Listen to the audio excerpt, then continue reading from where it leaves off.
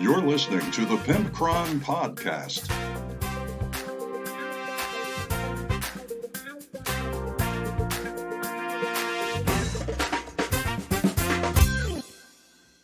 Welcome one and welcome all, but not welcome everyone in between. You just either one of you are welcome or all of you are welcome, but not like 4 or 12 or 7,000. Just nowhere in the middle. It's either one person or all of you. Welcome one and welcome all.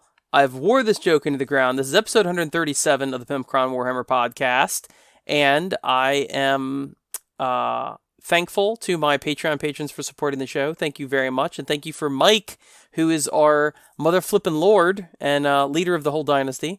And thank you to all my badass Cryptex and my funky warriors and my adorable gold trim scarabs. And thank you to GameMat.eu. And you can use the code EVENT10 to get 10% off your order. And that shows that you listen to the show and you support us and them, and I appreciate it. And they sell pre-painted terrain, which is fantastic, and all sorts of shapes and sizes of colorful mats, double-sided mats, welcome mats. No, they don't do welcome mats. Shower mats. Nope, they don't do those either. Guy's name mat. I don't know. So anyway, what are we talking about tonight? We are talking about how 40K has the best plot device ever. And that's all I'm going to say about that, because, boy, that is a conversation that takes you on a ride. You don't even know where it's going. And we also have a message on Facebook from Levi, and he writes in and asks what he should get next for his Hedonites of Slaanesh army, and he tells us what he has, and blah, blah, blah, and we give him suggestions. And a fun fact, I was almost named Levi. Yeah, it was either my real name or it was Levi, and my real name won out when I was a baby. So that is a fun fact about Pimpcron that you did not care to know, but you can't help but know it now because I just told you. And being that this is something that I'm making such a big deal out of now, instead of just being a fun fact, you're never going to forget it. You will go to your grave knowing that I was almost Levi. So I just want you to know that. It'll probably be on your tombstone. It'll probably be, to be honest with you, it'll probably be your last words. It will be like, come closer, come closer. Pimpcron was almost named Levi. Ugh. And you're just gonna, that was it. And your kids are gonna be so confused. They're gonna be really confused. Like, who is, what? I don't know what this is. Man, I am on a tirade. So, what else? We have a Want That or Want That Not Cursed City, Warhammer Quest Cursed City. And do I want that? Is it a huge waste of money? Is it a fantastic deal? I guess we'll have to figure out, won't we? So what have I been up to? I've written chapter 3 and 4 of the brutality novel I'm writing. In the hobby progress, I have painted a ton of Nighthaunt. And I mean a ton of Nighthaunt. In this last week, I have fully painted 10 Grimghast Reapers, 20 Dread Scythe Harridans. The week before that, I painted 10 Chain Rasps, and I'm updating all my other paint jobs to match my new color scheme, which is pretty cool. I'm excited about that. And I just today, I had assembled all of my unmade themed Slaves to Darkness army, and I had them all assembled and all that for about a year now, and I've never primed them, never done anything with them. Well, I broke them out. Today was a pretty day, and I primed those suckers. So tonight I will be painting on my unmade Chaos Slaves to Darkness army. Very excited about that. I'm almost finished painting my Brutality Warband for the upcoming tournament, which I'm excited about, the Gauntlet tournament. And what else? So I'm doing a warband that's all rats, different rats, swarms of rats, giant rats, monster rats, all that, right? For Brutality. And then it hit me. I'm like, oh my god, I have to go buy the HeroClix Rat King from Ninja Turtles. I just have to do this. So I bought him. He came in the mail. I got to repaint him a little bit because, HeroClix suck. But I'm pretty excited about it because, I was just going to have this Rat Queen, which is a giant fat rat. And she's got this hole in her stomach where rats come out. And I'm thinking, it's all fine and well to have a rat queen, but you know what? What's a queen without her king, and vice versa? So the rat king is going to be this dude. You know what he looks like. He's just a human. And he's going to be madly in love with this rat queen. So she's actually going to be in charge, and he's going to be like her lieutenant. And he's like madly in love with her. Unfortunately, he can't make rat babies with her because he only shoots human babies. But, what do you do about that, right? It's a forbidden love. So I think that's about it. I'm selling a bunch more stuff. So that's exciting. Slimming down more Warhammer. And it's funny because I was talking to a friend the other day, and I was like, yeah, I'm selling a bunch of my Warhammer stuff. He's like, oh man, you're getting out of it? I'm like, oh no, I'm not getting out of it. I'm trimming down all my armies from like 5,000 points to 2,000 points. And it's basically what my goal is. Every single one of my armies will be 2,000 points. Maybe 2,500, but not 3,000, not 4,000, none of that. Because I'm just going to pick the units that I want. I'm going to have a certain playstyle with them, and that's that. I've got so many boxes of stuff that I don't need.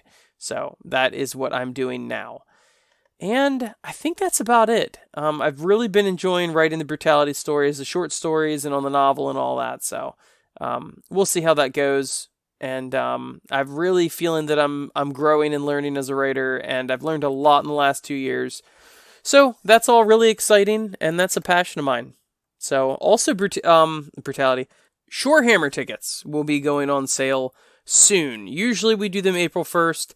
We are trying to get a couple new tournaments lined up with some tournament organizers, so I'm actually delayed by a little bit because I don't want to have tickets sold and then it's a nightmare for me to edit everybody's orders and all that. I'd rather it all be ready when it's said and done. So probably like April 15th. Is what I'm shooting for tickets to go on sale.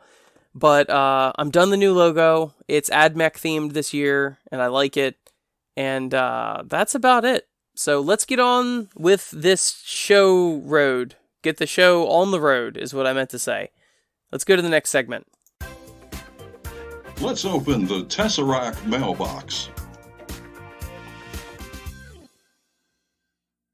On today's edition of Tesseract Mailbox, we have a message from Levi on Facebook, and you can reach me at facebook.com/pimpcron with 1P, and pimpcron@gmail.com, which is 2 P's, pimpcron.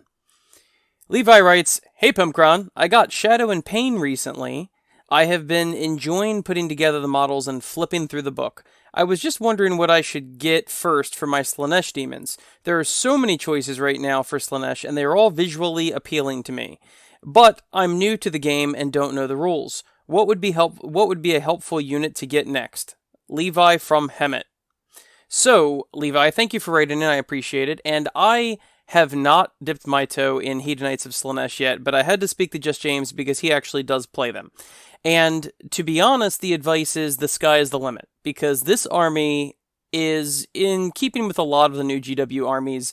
There are no quote-unquote bad units. Of course, some units are better than others, but if you're talking strictly competitively, we are also not super competitive. But I can tell you just from a logical standpoint that we determined that if you're going to, let's just assume that you're going to spend $150 on your next purchase. That's your maximum. Then there would be 3 different ways that you probably want to go to continue starting this army. Number 1, of course, would be the start collecting. The Slaanesh demons start collecting. It comes with the big old combine lady, and which can either be the regular soul flare or whatever it's called, or it can be the exalted herald or whatever on the soul flare. So that's good. The reason for that is because a lot of your stuff in the Slaanesh army are kind of squishy, and they don't have a lot of hit points, and their save isn't very good, etc. So having a hero with, 10 hit points or whatever it is, how many wounds that flare has, is actually really nice because it makes them more durable. That start collecting also comes with 5 of the not Fiends of Slaanesh, the Seekers, the Slaanesh Seekers, which are the demonettes on the Slaaneshi Seekers. And they are a cavalry unit, which is nice. That would fit well with your Shadow and Pain, whatever those guys are called. Those cavalry that you got in there. This would be more cavalry. It's a different unit, but it's in keeping with your fast mobile theme that you already have established. One last thing is that the Start Collecting box is only $90, so that's not taking up the whole 150 that we originally declared, and it gives you 10 more demonettes. I believe that the Shadow and Pain only came with 10 demonettes. It might be 20, but regardless, whether it's 10 or 20, it's always nice to have more demonettes, because demonettes are also pretty squishy. Now, they get a lot of attacks and things like that, and you definitely want large units of them. Or, if you're not going with large units, then you want several small units of them. But your bravery is pretty high, so it's not likely to affect you as much as some lower bravery armies having large units that will take mass casualties. So, to be honest with you, if I'm saying the most reasonable and responsible thing I can as a new player, I would say get the Start Collecting box, because it's going to flesh out your demonettes, it's going to give you more cavalry, and it's going to give you essentially 2 different units. You can use it as the exalted lady on the flare, or just the regular old soul combine. So that is the most responsible thing I can tell you. To be honest with you, though, for that $150, that could get you 3 boxes of Slaanesh Fiends. And those Fiends are no joke. That's what James beat the crap out of me with last week, is I think he had 6 in a squad, but this would give you 9. And they've got all sorts of buffs, -1s to hit, and all sorts of stuff. They get better when you have over 3, I think, in the unit. And they are legitimately no joke. So having 9 Fiends would give you a lot more punch in your existing army than you have right now. But the third option that we decided was, and this is my personal favorite option, to be honest with you, and I've got several reasons why this is. You probably want to spend $140 and get the Keeper of Secrets or the Named Lady, but I specifically prefer the Keeper of Secrets. That's the big one, the big monster.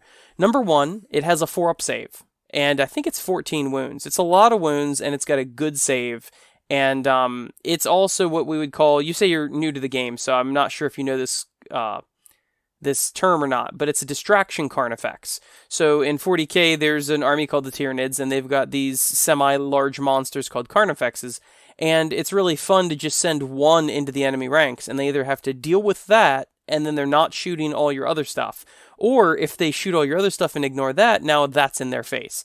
And a Keeper of Secrets is also no joke. That is what killed 15 out of 20 of my Dreadscythe Harridans in one melee turn. I mean, just disgusting. And so not only are you getting a leader out of that, but you're also getting a behemoth out of that. You're also getting a multi-wound, as in 12 or 14 wounds, with a 4-up save, which a 4-up save is kind of hard to get in your Slaanesh army. Most things are a 5-up. Not to mention that, but it's also a Psyker, which is going to be giving you some psychic protection compared to what you currently have, because the Chieftain, or whatever you call him in the Shadow and Pain, I don't believe he's a wizard. So as of what you have right now, you have no wizards. So the Keeper of Secrets would give you a wizard, so you'd have psychic protection, and you would also get to cast 2 spells each turn, because that's what it gets to do. It also buffs people, etc., etc. It does other things, but to recap, if you want to do the sensible and more reasonable option, then you should probably bulk out your forces with a Start Collecting. That'll do all the things I already described. If you want a really heavy-hitting unit instead, then I would go with the Fiends. If you want a heavy-hitting unit that is also a leader and a Psyker and casts 2 powers and has one of the best saves in your army, I would go with the Keeper of Secrets.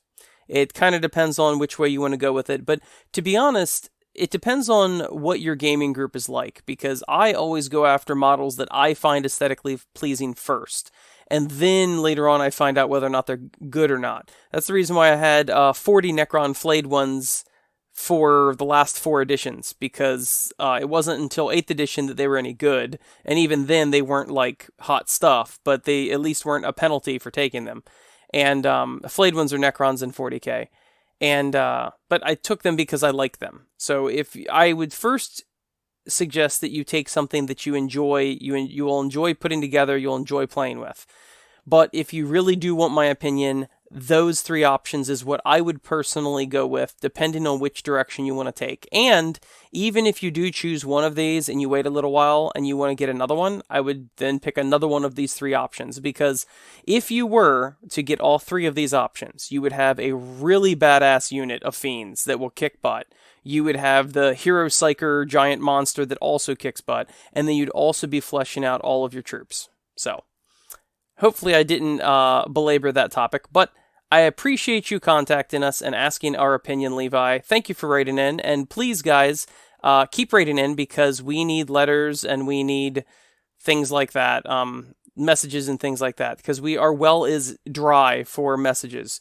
And it's weird because I don't know why, but the fan mail comes in like waves. Sometimes I've got a waiting list of 5 weeks of people that all message me at the same time, and I'm like, I'm sorry, you're 3 weeks deep or something like that. And a couple times I've gotten so many of the similar messages, I've just lumped them all together in one segment. And then there's other times when like no one writes in. So it's weird. It's feast or famine here at the Tesseract Mailbox. Let's get on to the next segment. Want that or want that not? And here's the segment that you all know and love. It is They Want That or Want That Not, and we are covering Warhammer Quest, The Cursed City this week. And I gotta tell you, I am excited for this game. Will I play it? Absolutely not, but I'm very excited for it. And the reason for it is that even though it has a hefty price tag at 199 USD, it is chock full of all sorts of models that I cannot wait to get my hands on. I really was like, oh gosh, it looks neat. I even like the cover art. You know, it's a board game which I'm never ever gonna play. Just James occasionally will get me to play Silver Tower or something, but I'm not too much of a board game guy anymore now that I've got Warhammer and Brutality. But man, these models are fantastic. So, number one, it comes with 60 models. You heard that right. 60 models. So for $200 essentially, you're paying $3 a model basically. Like $3 a model is a freaking steal from GW, being that most things are in the $10 to $15 a model range. It comes with 2, 4, 6, 8 characters. They all look really cool. You got a cool ogre. I'm sure you've seen these online. Really cool looking ogre. He'd make a great character somewhere. You've got a wanderer elf with the bow and arrow. I find them to be a little generic. The witch hunter is fantastic.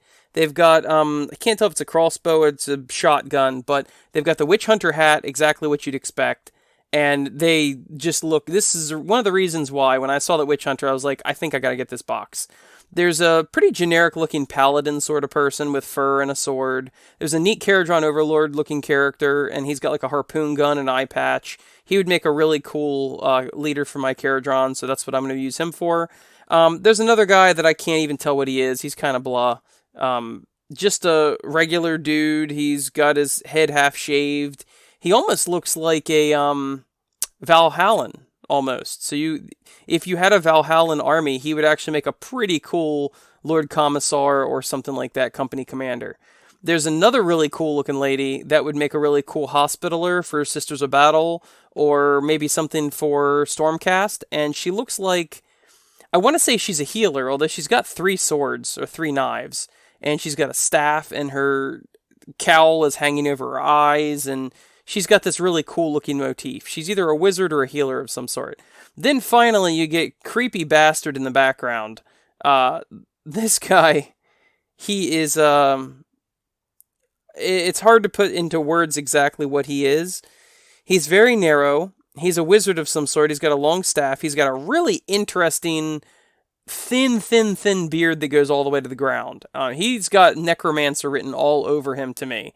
And what will end up happening is a lot of these will probably end up being brutality models for warbands, but that's just how that goes, right? All these characters are really cool looking. Then you get into the bosses for the enemies. And the bosses for the enemies, every single one of them, except for one, really knock my socks off, okay?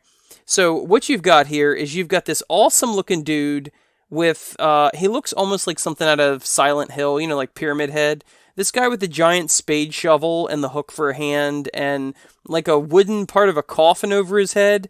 He gives me distinct Pyramid Head vibes, and I absolutely love him. This is one of the other reasons why I had to get this box. The Witch Hunter is number one of them, the Caradron guy, the Fu Manchu Necromancer, and the Healer Lady. All of those look really cool. Another person that looks really cool is this Pyramid Head guy. The main the main villain of this whole thing is, to be honest with you, my least favorite character of the villain characters.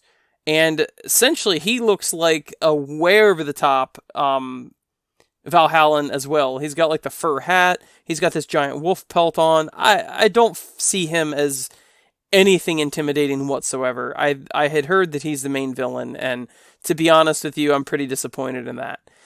Then you've got a skeleton warrior in armor he still has hair, but he's pretty cool looking. And you have a giant bat creature thing, and man, I cannot wait to get this model. This is another one of those models that I was like, oh my god, I have to get this. And he's like a werewolf bat? I don't know, he's not a Vargeist or anything like that, he's not a Vargolf, but he will definitely make it into my Soulblight army or Flesh Eater Courts or something, because he's awesome. Then you've got like the old hermit with a crow, and he's blind, and there's like some sort of small animals around him, and he's holding candles. He would make an awesome brutality model, in my personal opinion. So, those are all of the characters, the bad guy characters. Then you've got a bunch of bat swarms, which I play a lot of bat swarms in my Soulblight, so that's exciting. You get a bunch of zombies, and all the zombies have roots growing through them and things like that, which is neat. You've also got a bunch of vampires, and the vampires are so cool looking. The vampires are like hanging off pillars, they all have a sword, they've got long hair, and they're very feral looking. And I absolutely love them as well. Then you've got two guys that look like the brothers of that, did I say Valhallan earlier? I meant Voyestrin. This whole time I meant Voyestrin, not Valhallan. Too many V words. So, the Voyestrin brothers in the back with the big axes, they're kinda, whatever, I guess. And you get a bunch of new skeleton warriors with, shields and swords, which is neat. I'm excited for that. Then, what you also get, which is really cool, is you get 6 swarms of rats. And I don't know why I'm so excited about it, but I truly am. These rats are pretty darn cool looking. Then after that, you're like, oh, Pemcron's done with this review. No, I am not. They come with a bunch of objective markers. They've got 2, 4, 6, 8, 10 objective markers. And these have brutality written all over them, inscribed in them. There are 2 little weird imp guys, which are really cool. What I really enjoy is the sign markers, which are skeletons hanging from a gallows with their arms pointing, which is fantastic. Then we've also got 2 crows, 2 tombstones, and 2 disgusting, zombie rats. And these are just, I don't know why I'm so excited, but I am truly, truly excited over that. Then, of course, it comes with all the stuff that you actually need to play the game, which I am not even going to bother with. Occasionally, I will keep catacombs and stuff to play solo, like dungeon crawlers with brutality. So I might do that, but meh. I'm not too concerned with it, to be honest with you. I'm just very, very excited about these miniatures. And at $3 a pop, you know what? I'll deal with it. I'll deal with the price tag. To be honest with you, that was my limit, was $200, because I was talking to my friendly local gaming store owner, JD, and when this was announced, I was like, man, those models are so cool looking. I told him, look, I'm hearing that it might be $250 or something like that. I said, look, if it's $200 or less, $170, something like that, sign me up. Order me one, pre-order it, whatever, get it in my belly. But if it's more than $200, then you know what? I'm not doing it. And further proof that GW has my phone tapped, they put it at $199 USD, which was very kind of them, because I didn't think they wanted to hear me bitch and complain about not getting the Cursed City box because it was $205. They know I'm a man of my word, and that I would not have bought it if it was over $200, because I said it. So, This is definitely a want that for me. Matter of fact, I've already ordered it and I'll probably be getting it whenever it comes out this week or the following week. Very, very excited about it. As far as brutality goes, there's multiple. Matter of fact, most of these models will probably be used in brutality rather than Warhammer, but that's just the nature of the beast. Definitely the Caradron guy is going with my Caradron, and some other people I'll use as characters or whatever, but I really think this whole box set has a really cool aesthetic to it. It's very creepy, it's very dark, even the box art is all like white, black, and red.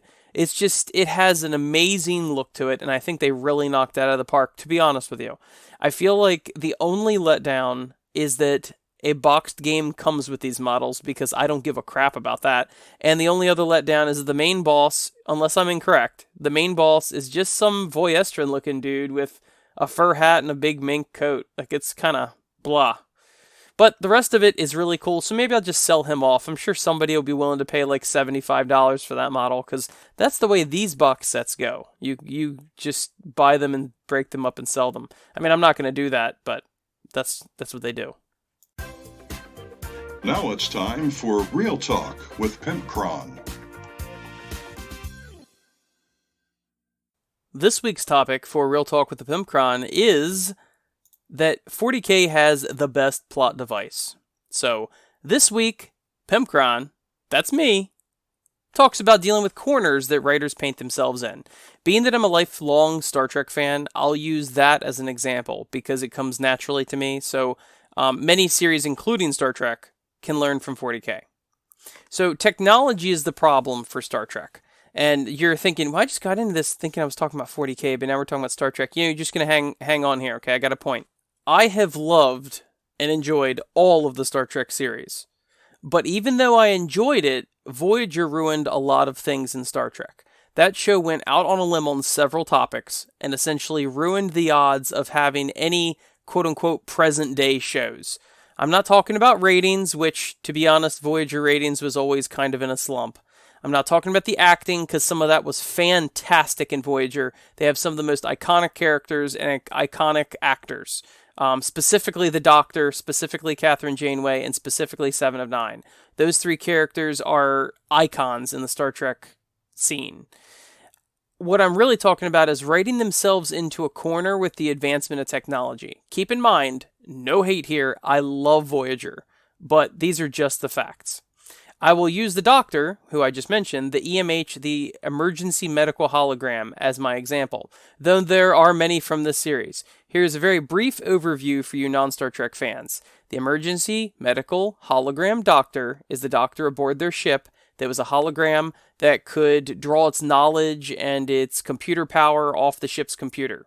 He could initially only materialize in sickbay or the holodeck due to where the holo emitters were, because they weren't all through the ship. He wasn't ever designed to be used constantly, but for quote-unquote reasons, they didn't have a flesh and blood doctor.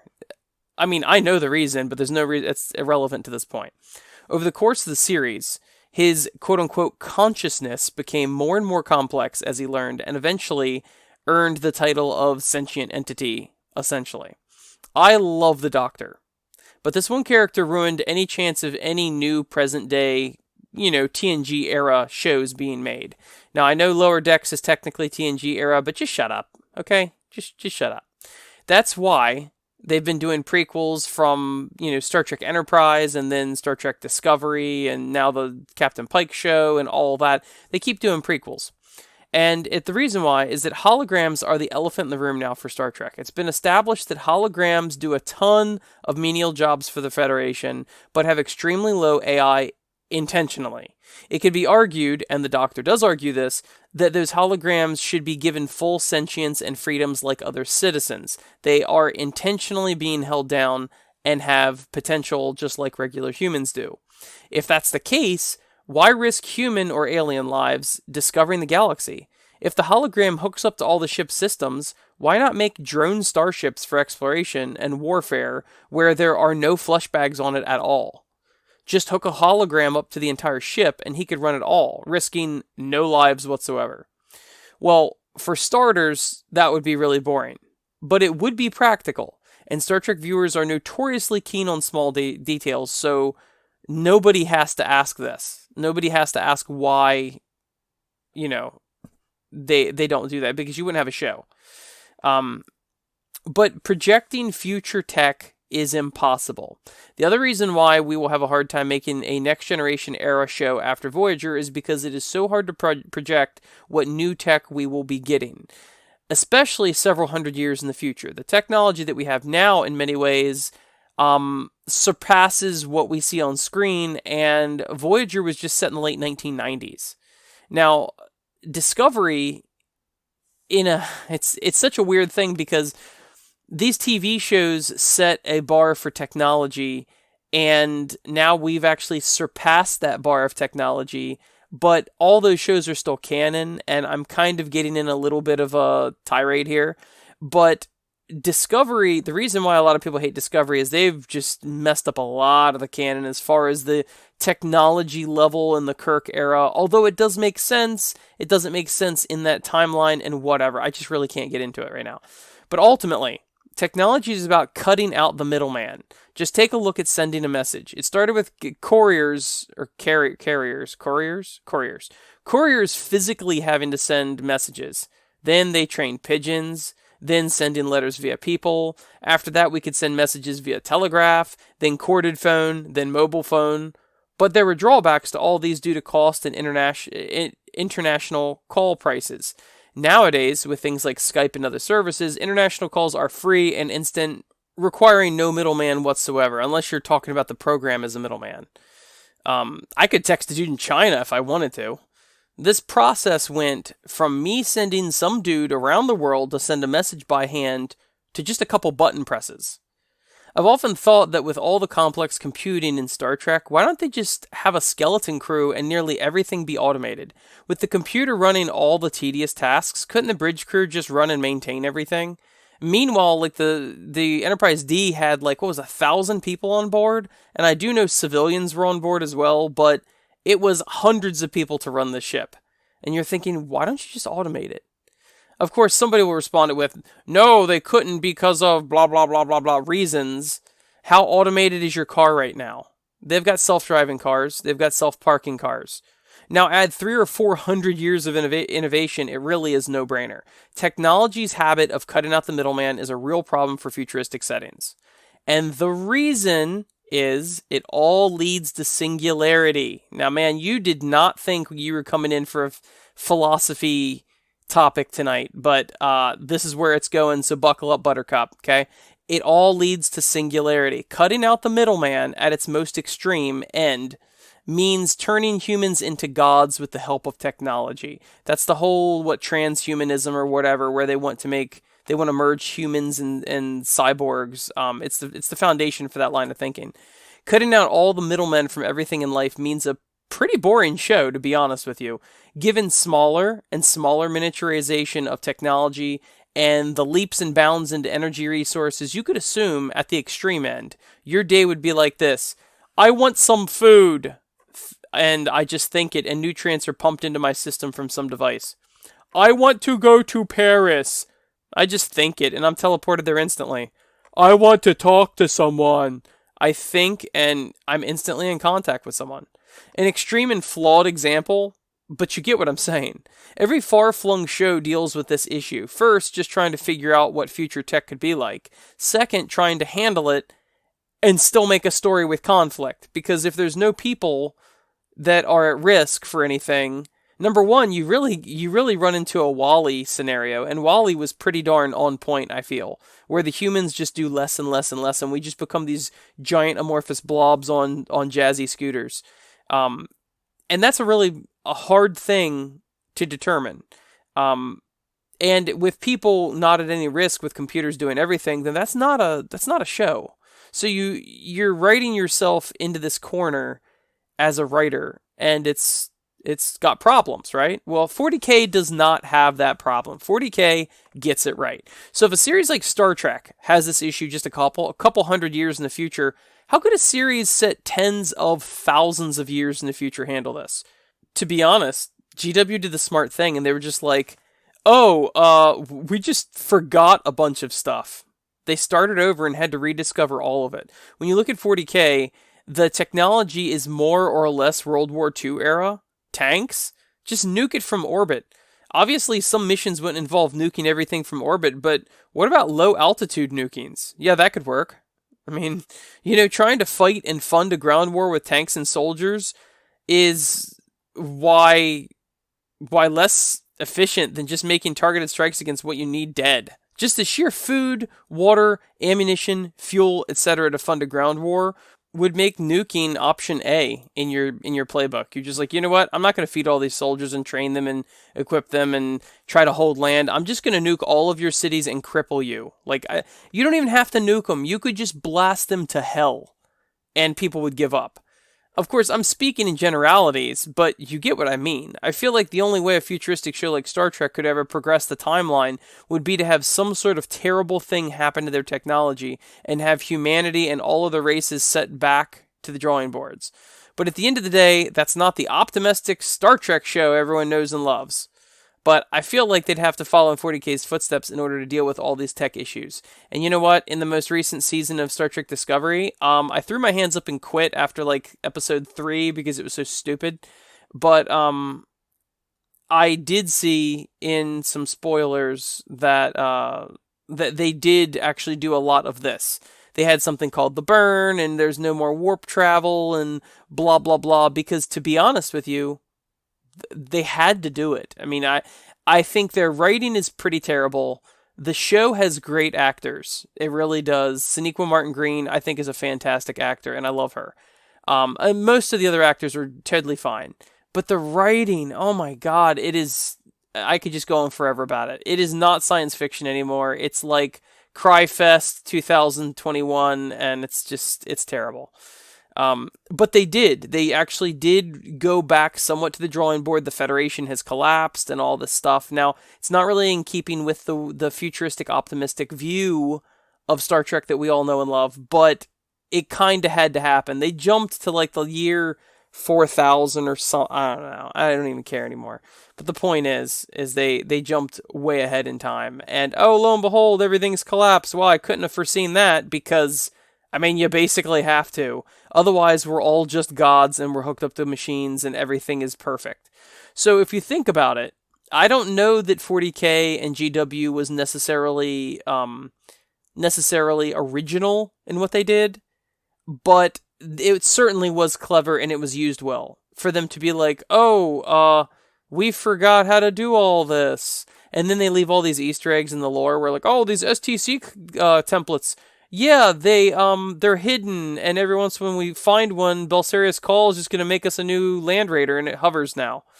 Like, that's pretty cool. Actually, I don't think that was an STC, but you get the point. Just shut up. Don't correct me. Don't correct me silently through your headphones. I don't like that. Don't like it at all. Anyway, thank you so much to everybody for listening to the show, and thank you to my wonderful Patreon patrons. You can support us at patreon.com/pimpcron with 2 Ps, and you can also... support us by going to gamemat.eu and buying a bunch of shit. Nah, they got pre-painted terrain and game mats, and they support the show. So, Mataus, I always mess up his name. It's not an American name, and me being a smug American, I always mispronounce his name. I only know how to spell it. I don't know how to pronounce it. But Matash, I think it is. Anyway, Matash is a really nice guy. I've dealt with him for years through Shorehammer, and you should go support his company. All right, I will see you next week. Toodaloo.